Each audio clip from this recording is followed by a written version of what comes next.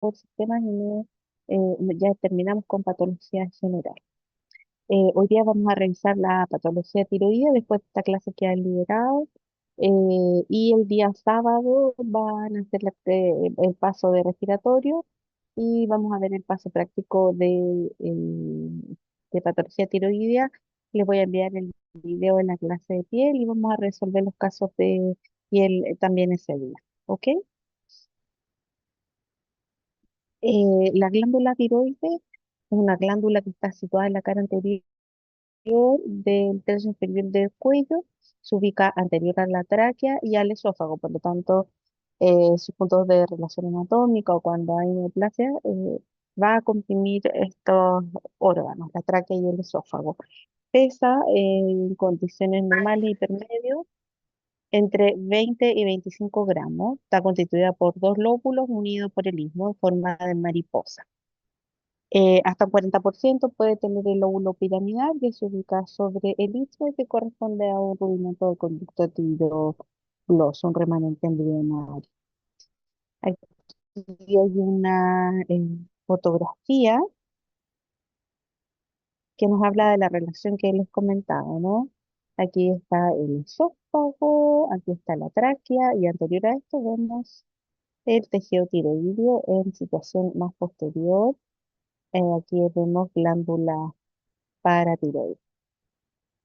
Desde el punto de vista de su histología, un recuerdo tiene una cápsula muy delgada y la unidad funcional es el folículo que está compuesto por las células foliculares que se ordenan en estos pequeños círculos o folículos y van a tener coloide dentro y produciendo hormona T3, T4 y la inmunohistoquímica para ello es tiroglobulina y TTF1. La célula C es otra célula que también encontramos en la glándula tiroides, que es de ubicación parafolicular, son en menor masa y se ubican en el espacio interfolicular, por fuera del folículo. Pueden haber hasta 10 por campo de aumento mayor y estas derivan, son células neuroendocrinas, por lo tanto van a marcar como vimos en clases anteriores, marcadores de inmunohistoquímica neuroendocrinos, simaltofusina, cromoganina, específicamente calcitonina.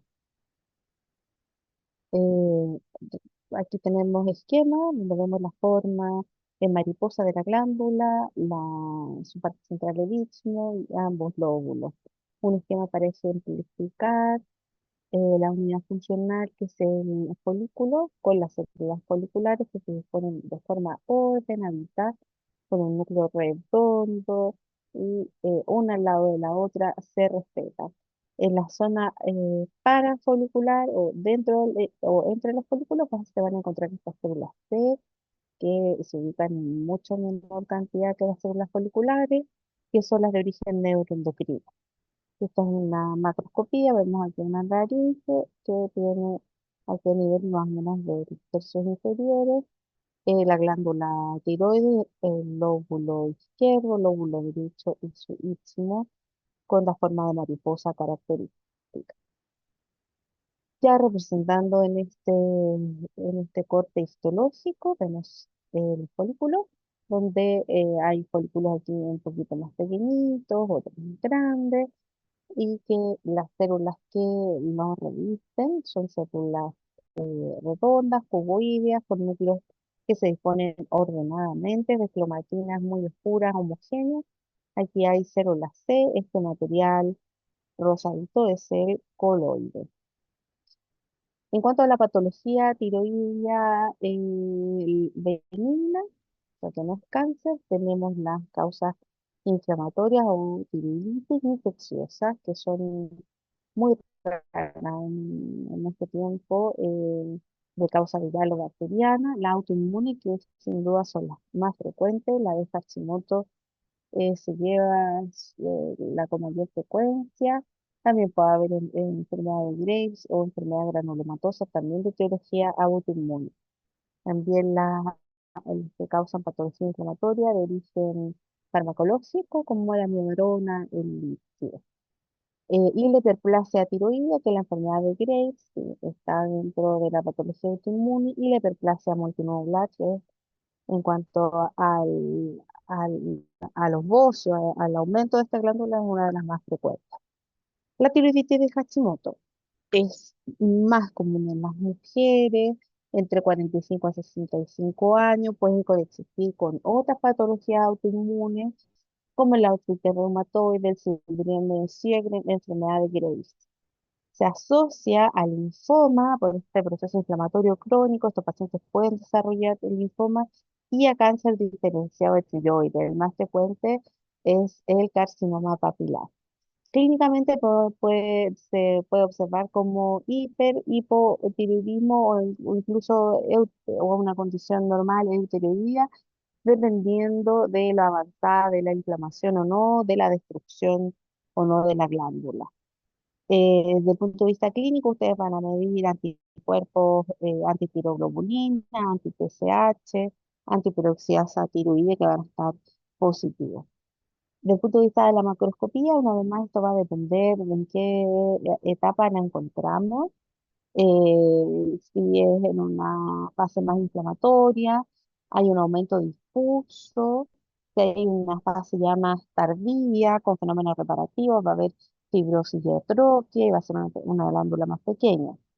También podemos encontrar nódulos y fibrosis.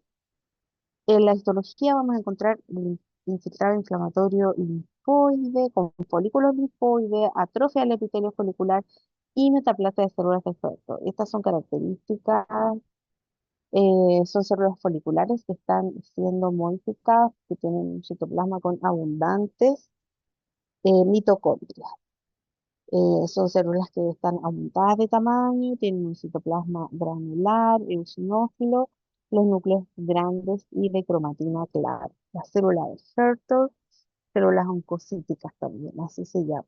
Entonces, una célula folicular modificada que la podemos ver en la tiroiditis de Hashimoto, como también en las lesiones hiperplásicas de la glándula. Entonces ya nos vamos a ir a ver los cortes de las biopsias, donde tenemos, si recuerdan, la histología de las fotografías del principio. Entonces tenemos aquí esta área del parénquima tiroideo, donde está aproximadamente bien conservada, y tenemos estas bolas azules acá que corresponden al infiltrado linfoide que está formando folículos, ¿no? Con centros terminales activos y de fondo el tejido tiroideo. De otra zona, el tejido tiroideo, donde vemos los folículos. Y aquí vemos está infiltrado linfoide, que es nodular, con folículos que se ven de distintos tamaños, algunos agregados, aquí un gran folículo con un centro germinal. Y además cerca podemos ver un folículo linfoide con un centro germinal muy activo. Y el epitelio folicular ha desaparecido en partes, bastante atróficos, y quedan estas células de citoplasmas amplios, rosados, que son las células de Sertoli. Esas que están ahí, este grupito acá, este grupito acá. Más de cerca, hasta este lado donde estoy mostrando ahora, están las células linfoides, y hacia este otro lado es un folículo. Tiene muy poco coloide, por eso podemos ver que algunas de estas pacientes funcionan, son hipotiroídas, pues no producen suficiente hormona. Y vemos que las glándulas ya tienen estos núcleos que son más grandes, de cromatina clara, y un poco de desorden, y los citoplasmas amplios. Son células de Fermi o células oncocíticas. Y para mostrar lo mismo acá, el infiltrado y un mito de células de Fermi. El folículo está bastante destruido, más bien aquí hay células cinculoides que tienen modificación de su núcleo y del citoplasma. ¿Se recuerdan al principio? Las células foliculares se parecían más a un linfocito con los núcleos bien oscuros y se ordenaban con escaso citoplasma. Puede haber grados variables de fibrosis, como acá, Importante atrofia, mira aquí hay poquito coloides, ¿sí? Poníamos al principio, por ejemplo, en esta foto ahí hay mucho coloide, pero ya acá estas son fases más terminales con muy poco coloide, entonces esta glándula no está funcionando bien. Entonces eso es la tiroiditis de Hashimoto o una tiroiditis autoinmune más frecuente en mujeres. Otra de las patologías benignas que van a enfrentar con más frecuencia es la hiperplasia multinodular. Usualmente son pacientes que tienen la función tiroidea conservada, afecta más a mujeres, puede ser multinodular o con un nódulo. Se supone que disminuyen los niveles de hormona tiroidea libre circulante por múltiples causas. Hay un aumento en la TSH, lo que produce una hiperplasia e hipertrofia, o sea que hay un aumento de las unidades de folículos y además los folículos se hacen más grandes, una hiperplasia y una hipertrofia folicular. Aquí vemos que hay una glándula que está aumentada de tamaño, con nódulos e incluso quistes coloides. Entonces aquí tenemos una tiroides, si se recuerda, tiene su forma de mariposa, está aumentada de tamaño y tiene este aspecto como con nodulitos, como con cototitos por fuera. Esto está fijado en formalina, por eso se ve así. Al corte de esa misma lesión vemos que hay múltiples nódulos, algunas áreas de fibrosis y algunas áreas bien con su pared fibrosa. Entonces esta es una hiperplasia multinodular, ¿sí? Que es un corte como a través de la glándula, el lóbulo izquierdo, el derecho, el istmo, han aumentado tamaño a expensas de estos múltiples nódulos de aspecto colorido, incluso algunos con áreas de quiste. Y desde el punto de vista de la histología, lo que vamos a encontrar es un tejido tiroideo que está hiperplástico. Vemos que hay folículos de distintos tamaños, algunos ya, mira, bien aumentado de tamaño, con mucha secreción de coloide. Y ya a este momento podemos ver que siguen manteniendo los folículos, a pesar de que hay un poquito más de desorden en su tamaño. Sigue la célula folicular con núcleos pequeñitos, uno al lado del otro, ordenado como en hileritas. Lo rosado es el coloide. Otra fotografía, mira acá se dibuja una especie de nódulo con esta cápsula fibrosa. Y aquí vemos que hay folículos de distintos tamaños, algunos ya casi físicos aquí, otra formación nodular, un poquitito infiltrado, bien poco. Aquí hay más presencia de nódulos, folículos de distintos tamaños, y este aumento se ve que las células foliculares mantienen su característica de que tienen un núcleo pequeño, se ordenan una al lado de la otra, azulitos ahí. Aquí más de cerca podemos ver este folículo que ha crecido ahí hipertrófico, las células foliculares chiquititas, una al lado de la otra.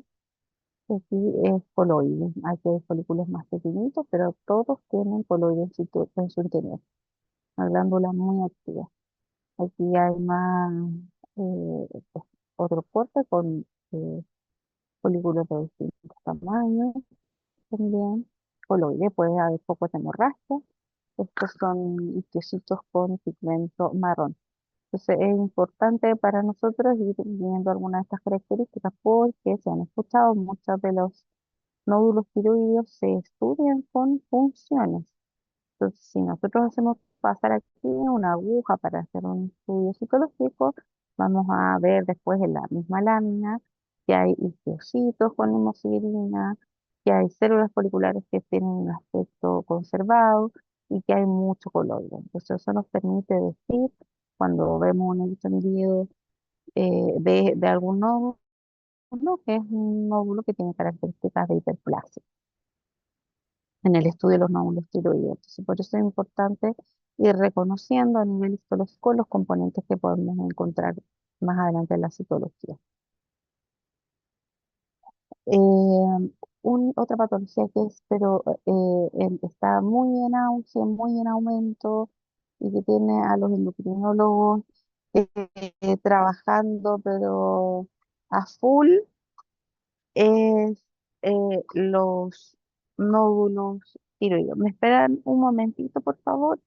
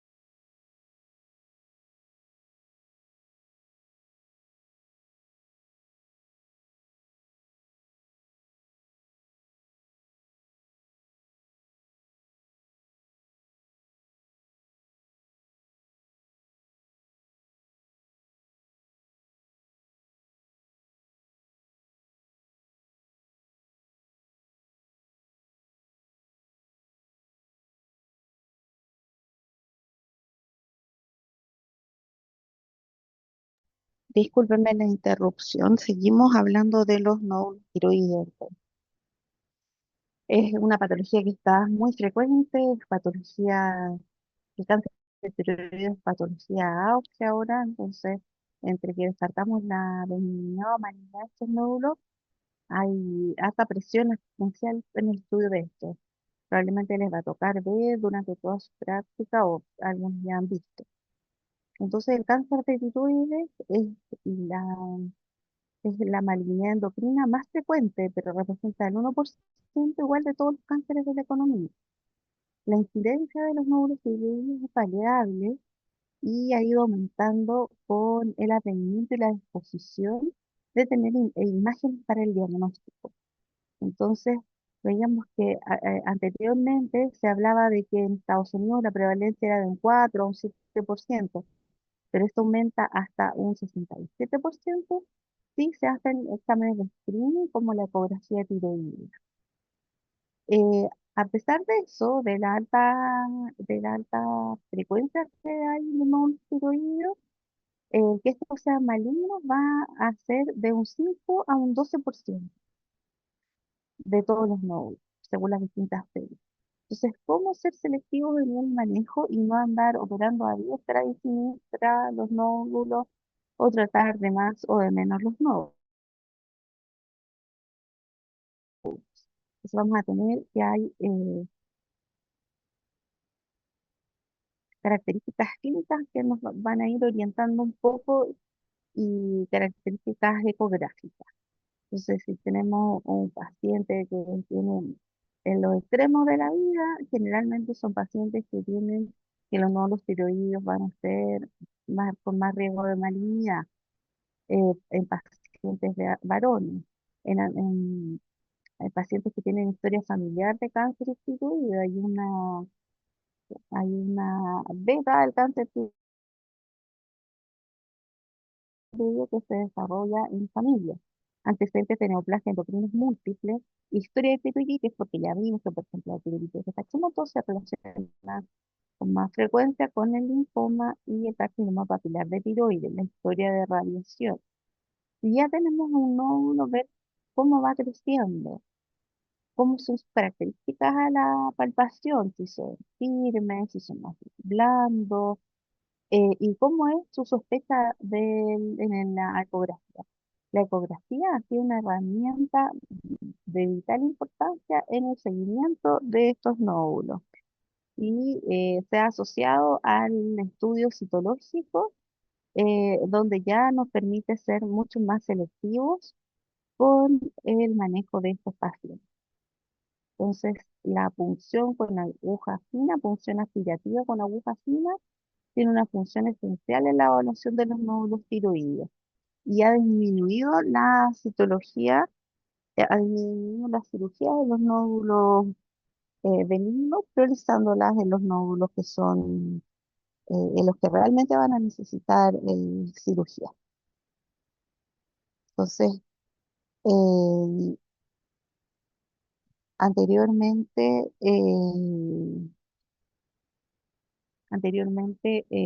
de las cirugías que se operaban, un 30% resultaban ser malignas y un 70% resultaban ser benignas. Entonces, se está operando claramente pacientes que no necesitaban, pero ahora ya se está operando tanto en el sistema público o en el privado, entre un 90 un 80% resulta ser cáncer tiroides.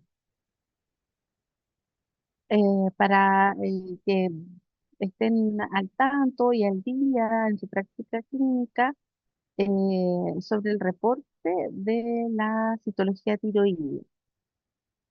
Y que en este reporte usamos el sistema de Bethesda, que es un sistema que es universal y que nos da un estándar de informe y nos divide el informe citológico en categorías que van a estar asociadas a un Natalia, riesgo, ¿sí? es que no se le está proyectando la imagen. No te puedo creer, estaba hablando todo el rato Está sin... en el PPT, o sea, en la diapo de nódulos tiroideos. A ver, y ahí, No, espérame,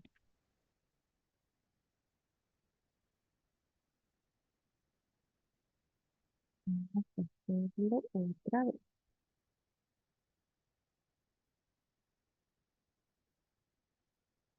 Ahí, ahora sí, sí, ahí sí, gracias. ya no, aquí, qué bueno. Bueno, entonces, probablemente les va a tocar ver o ya han visto o saben de alguien que les pregunta de este examen, que es el sistema de Bethesda para el informe de la citología tiroides.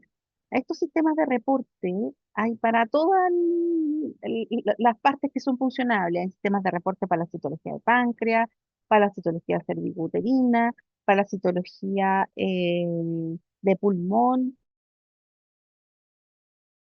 etcétera, todo lo que sea funcionable. Entonces, este sistema de Bethesda, que es para citología tiroidea, como les explicaba, nos va a dar categorías y que cada categoría va a tener asociado un riesgo de malignidad y una conducta clínica a seguir. Entonces, se van uniformando los criterios y así vemos que a lo largo de Chile, a lo largo del mundo, de los sistemas o de los comités oncológicos de patología tiroidea, se van haciendo ya, se van estandarizando las mismas cosas. Eh, Se está viendo, ¿sí? Sí, ahí sí. Ahí sí, ya. Entonces, como le decía, este sistema para tiroides tiene, nos dice que hay 6 categorías, desde la no diagnóstica hasta la que es maligna. Y ahí hay varias otras, la benigna, la de neoplasia folicular, sospechosa de malignidad. Tenemos varias categorías que podemos usar de acuerdo a los hallazgos en los que nosotros encontremos en la citología, en nuestros extendidos citológicos.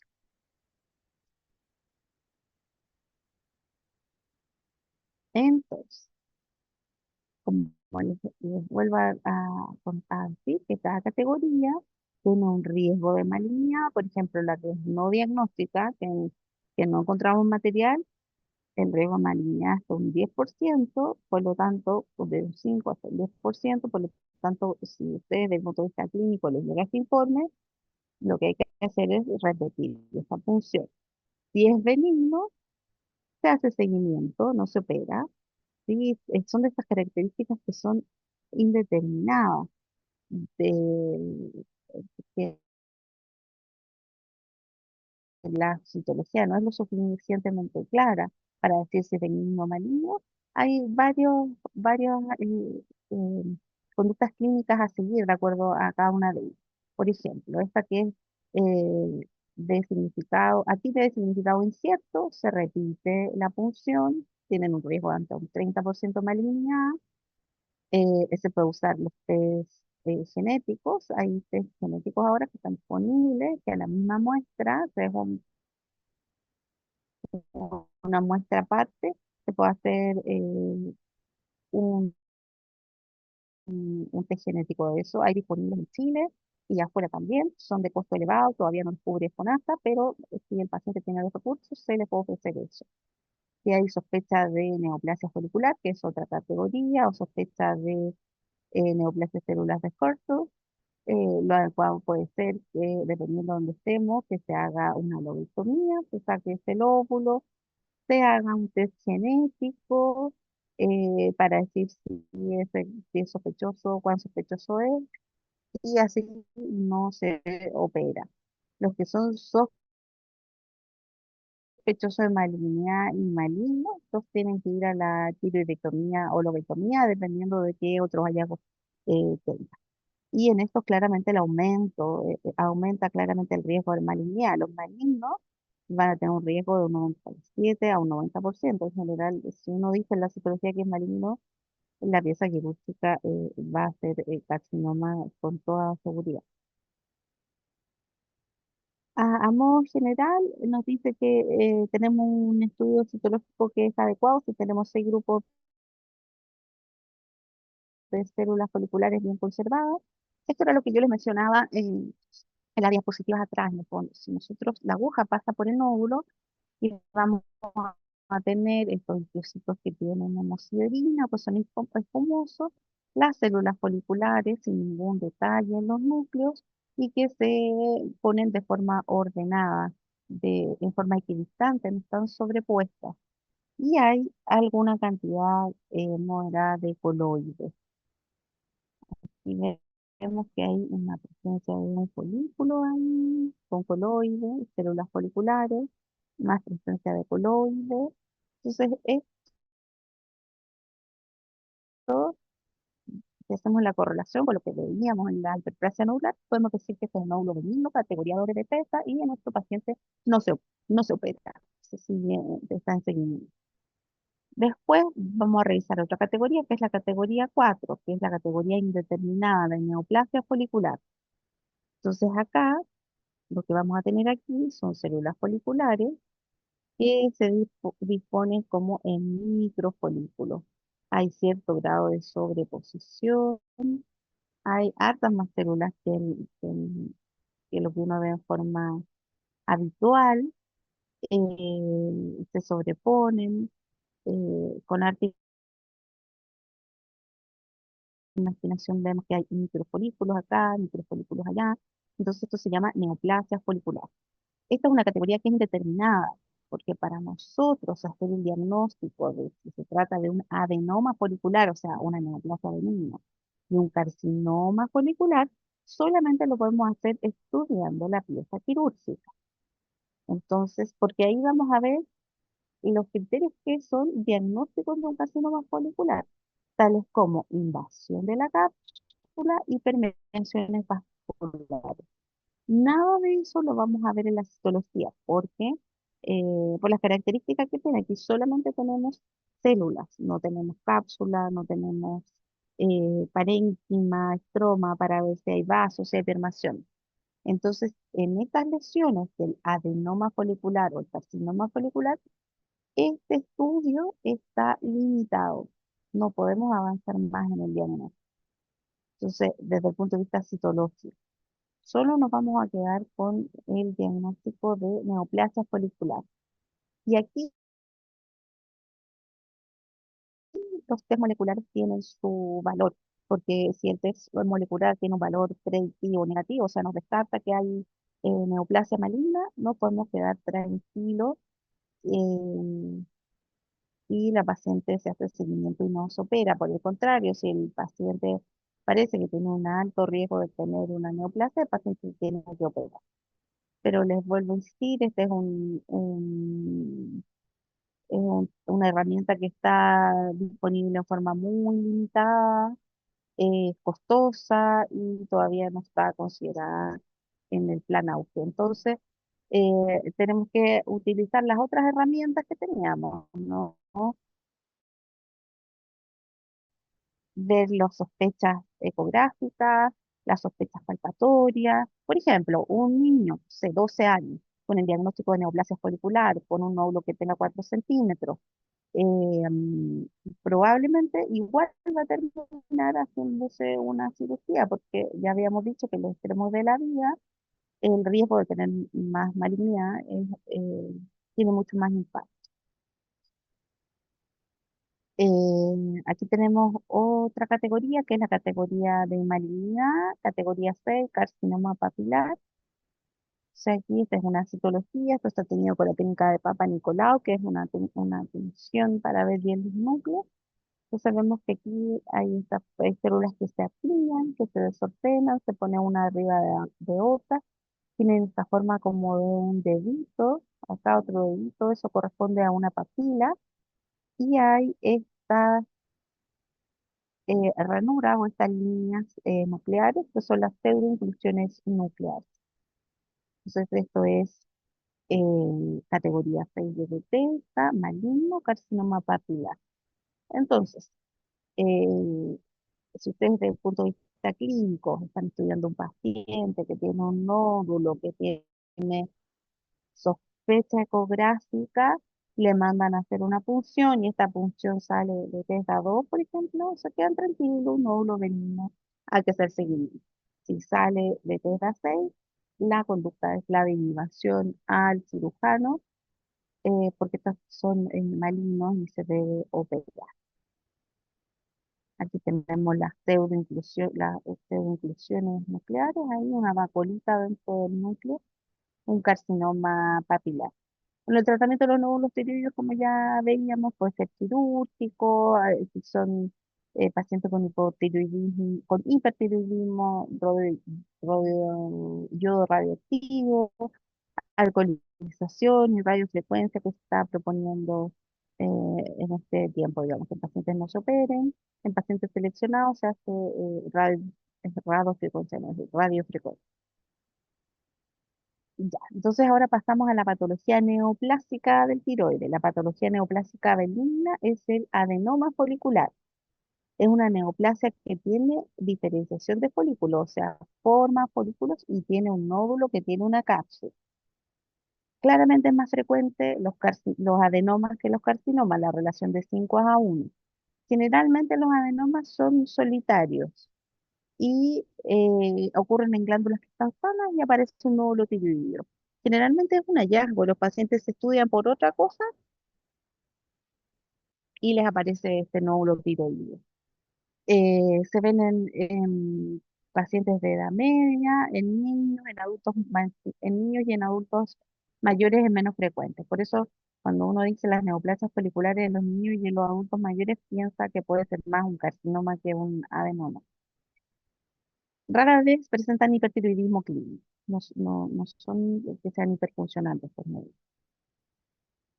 Del punto de vista de la macroscopía, pueden medir de 1 a 10 centímetros. eh, y a la histología encontramos que hay distintos patrones. Esto nos sirve a nosotros para hacer el diagnóstico, pero de la implicancia clínica no tiene ninguna traducción. Y lo importante es que la cápsula está indemne, las células que proliferan no traspasan la cápsula y no hay permeación vascular.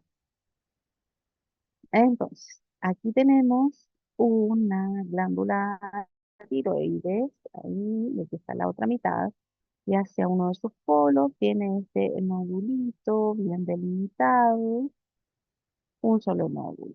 Entonces, este es un nódulo tiroideo. Aquí hay otro, ahí podemos ver incluso la cápsula, también otro nódulo. Y vemos que el resto de la glándula no tiene lesiones. Aquí hay otro nódulo con una cápsula, otro nódulo a cápsula bien delimitado. Bueno, ustedes comprenderán que aquí lo importante desde el punto de vista de la histología es que vayamos a estudiar la cápsula y a buscar permeaciones vasculares, porque eso es lo que va a hacer la diferencia entre un adenoma y un carcinoma. En este caso, aquí vemos el tejido tiroideo que está conservado, aquí vemos esta delicada cápsula rojiza, y aquí vemos el adenoma que está creciendo en forma de trabéculas y pequeños míseros folículos. Si recuerdan la citología de la neoplasia folicular, veíamos que son extendidos muy celulares, con muy poco coloide y presencia de microfolículos, que es lo que tenemos acá. Entonces, eso es lo que vimos del adenoma folicular, que es la neoplasia benigna del tiroides. Vamos a pasar al cáncer de tiroides. Y aquí tenemos estos tipos. El más frecuente es el papilar, después le sigue el folicular, que es la contraparte del adenoma folicular, el carcinoma medular, que es el carcinoma que está, eh, que tiene su origen en la célula C. Como comprenderán, es un carcinoma que es neuroendocrino, entonces. El carcinoma anaplásico y el pobremente diferenciado, que por lo menos son un poco frecuentes. Este es un estudio que se hizo en el sistema público y privado chileno por el año 2012. Se juntaron todas las biopsias de la tiroidectomía y vimos que la gran mayoría son papilares, tal como lo dice la literatura, foliculares, le siguen los medulares, anaplásicos, linfomas y otros. Aquí está la mortalidad, veíamos que era muy baja. El TNM va a depender del tamaño de la lesión, de la presencia de ganglios o no, y eh, el compromiso habitual, que para estudiar algunas mutaciones genéticas asociadas al cáncer y algunos subtipos que son más agresivos. Aquí están las alteraciones genéticas, el tipo de tumor y la frecuencia en que aparecen estas alteraciones genéticas. El carcinoma papilar de células altas, que es una variante agresiva, tiene esta la mutación del BRAF. Y que en el fondo todo esto tienen estos, estas mutaciones van a tener su importancia o van a adquirir su rol cuando vayamos a pensar en algún tratamiento más adelante en pacientes que tengan estas variables más agresivas. El carcinoma folicular, vamos a hablar de este porque ya veníamos saliendo del adenoma, que es la contraparte benigna. Entonces, este es un tumor epitelial que forma folículos, que tiene cápsula, que es más común en mujeres, que es un nódulo solitario, que no tiene clínica de sobrefunción o hipofunción, que no presenta adenopatía. Usualmente es un nódulo con una cápsula gruesa, hay invasión de la cápsula en todo su grosor y hay permeaciones en los vasos sanguíneos. Y de acuerdo al número de permeaciones, cuantas tenga, uno las va a clasificar en mínimamente invasor, ampliamente invasor. Esto va a tener importancia para después determinar la cantidad de radio y yodo que vayan a necesitar estos pacientes como terapia complementaria. La invasión local o metástasis ganglionares son la excepción. En general, el carcinoma folicular da metástasis hematógena a distancia, a hueso y pulmón. No así el papilar, que es la metástasis ganglionares locales, son como las más frecuentes. Entonces, un esquema para ver si tenemos un nódulo tiroideo, este es el nódulo tiroideo y esto es lo que tiene adentro del nódulo. Cuando esto se sale, es un carcinoma folicular. Si se sale de esta manera, es un carcinoma folicular. Si se sale así, es carcinoma folicular. Así es carcinoma folicular. Estos otros que no salen en forma completa no son carcinoma folicular. Entonces aquí tenemos un tejido tiroideo que tiene aquí en este lado un nódulo aproximadamente bien delimitado, aquí otro no tanto. Se fijan que el parénquima adyacente es como carnoso, como un bistec más bien conservado. Aquí tenemos otro donde el nódulo ocupa casi toda la extensión de este lóbulo tiroideo, tiene áreas de necrosis, de hemorragia, no se ve claramente la cápsula. Aquí tenemos ya histológico, donde podemos ver el parénquima tiroideo que está conservado. Y aquí está el nódulo, y este nódulo tiene esta cápsula por esta fibrosis rosada, compacta aquí. Y lo que está dentro del nódulo, que son estos folículos más pequeños, están atravesando en forma completa la cápsula nodular o la cápsula tumoral. Entonces, esto es un carcinoma folicular. Lo mismo acá, acá tenemos parénquima conservado, un tanto atrófico. Aquí está el nódulo tiroideo, podemos ver que tiene un patrón más bien sólido, con muy poco coloide, y aquí se va metiendo el cáncer y atraviesa todo eso para allá. Permeación, o sea, compromiso capsular. Aquí tenemos que este es un vaso sanguíneo y dentro del vaso tenemos estos émbolos tumorales. Estas mismas celulitas ahí foliculares que se meten en el lumen del vaso. Entonces tenemos nuestro criterio de malignidad, traspaso de la cápsula y presencia de permeaciones vasculares, un carcinoma folicular. Que ya dijimos que la citología es un examen que nos limita a hacer este diagnóstico porque el diagnóstico es histológico, no es citológico, entonces quedamos cortos con la citología. Aquí es más la misma fotografía, pero de otra forma. Y tenemos una paciente que tiene esta gran masa cervical aquí anterior, ocupa más del tercio superior, ¿no? Esta paciente tenía este tumor que tiene de crecimiento folicular, que de folículos muy pequeños, fotones, tiene múltiples permeaciones vasculares, un carcinoma folicular. Aquí está saliéndose del borde quirúrgico, esa cinta negra que nosotros pintamos y está ahí como en contacto. Eso es en cuanto al carcinoma papilar. Es un tumor que forma folículos, que tiene una cápsula y que para poder hacer nuestro diagnóstico que tenemos que ver permeaciones vasculares y compromiso capsular. Con la citología es difícil hacer ese diagnóstico porque nos van a faltar esos criterios. El carcinoma papilar es el más frecuente del tiroides, tiene formación de papila, también puede haber folículos, con caracteres nucleares distintivos. Es el cáncer más frecuente, le da entre los 31 y los 49 años, más frecuente en mujeres, más frecuente en los niños.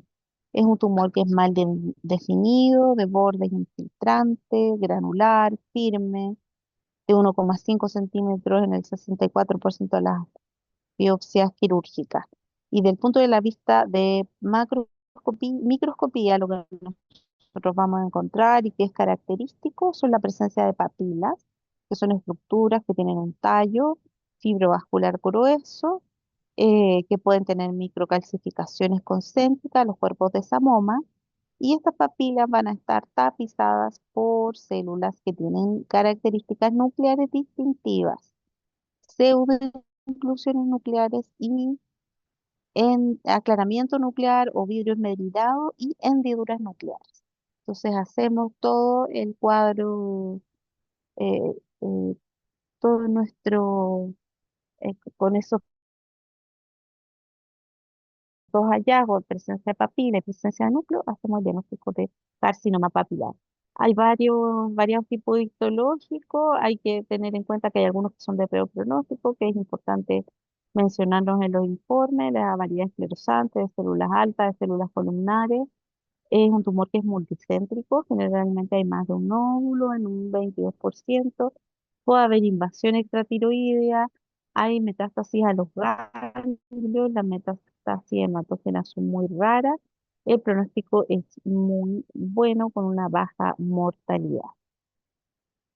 Entonces tenemos aquí un tiroides, está seccionado por la mitad y aquí tenemos que hay un tumor blanquecino, firme, que mide aproximadamente unos 2,3, 2,5 centímetros. El resto del tiroides tiene ese aspecto como carnoso. Desde el punto de vista de la histología, esto es un cuerpo de Samoma, esta es una, está fuera de foco para poder ver el cuerpo de Samoma, que son estas calcificaciones y tienen estas líneas concéntricas.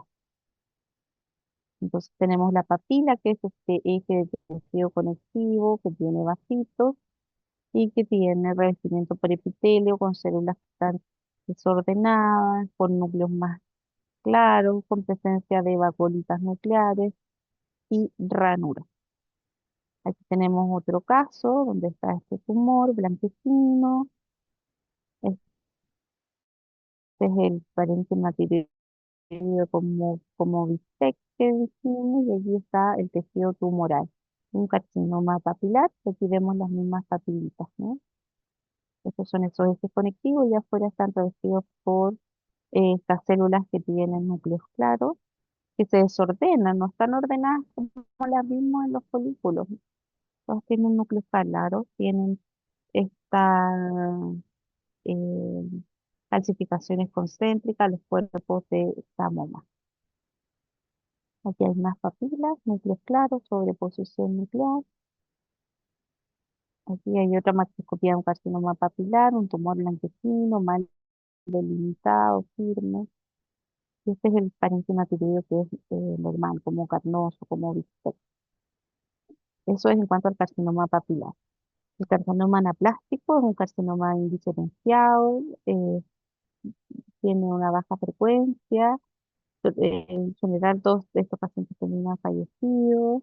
Es más frecuente en mujeres, es una masa tumoral de rápido crecimiento, con compromiso de las estructuras adyacentes, por lo tanto van a tener disfagia, molestias para tragar, disnea y estridor. Posiblemente em, se originan de un carcinoma diferenciado en el tiempo y que desarrolla esta versión más indiferenciada anaplásica. Tiene una muy baja sobrevida, desde el punto de vista macroscópico, es una masa necrótica, hemorrágica, que invade estructuras vecinas. Desde el punto de vista del histológico, están esas variantes que para que las conozcan no tienen ninguna importancia desde el punto de vista clínico, sino que para nosotros, desde el punto de vista del diagnóstico diferencial, por ejemplo, pensar que no sea un melanoma, o un linfoma o un sarcoma.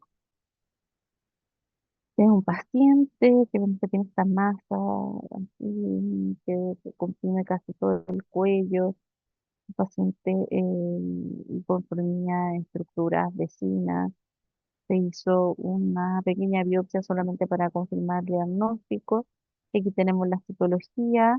Esta citología no reconoce, es muy distinta a la citología que le he mostrado durante la clase, ¿no? Son células muy atípicas, bizarras, binucleadas, trinucleadas, no hay papila, no hay folículos, sino que estas células muy grandes, de citoplasma grandes. Ese linfocito, miren el tamaño de esos núcleos, neoplásicos, aquí. Y aquí tenemos el tejido tiroideo normal y que tiene su infiltración por esta neoplasia que es sólida, que se iba metiendo acá y se va comprometiendo el tejido adiposo, que con la técnica de pasoquetamina es positiva, la vintina también, un carcinoma anaplásico. Y el último cáncer que vamos a revisar es el carcinoma medular, que es de baja frecuencia, está originado de las células C, 75% son esporádicos, un 25% van a corresponder a cánceres familiares. El factor de mal pronóstico es el maltrato en el fondo que tengan compromiso local, de estructura vecina, presencia de ganglios en pacientes que ya son más añosos. Eh, Generalmente es un nódulo único, mal delimitado, firme y amarillo. O sea que tenemos un tiroides que tiene este nódulo más bien sólido, tiene bordes poco definidos, pero a lo mejor más bien nodular. Y de la histología vemos que son células con los núcleos más alargaditos, y como la característica que tienen los núcleos de neuroendocrinos en sal y pimienta, un núcleo que tiene granitos con unos gránulas más oscuros y otros más finitos. Eso se llama sal y pimienta.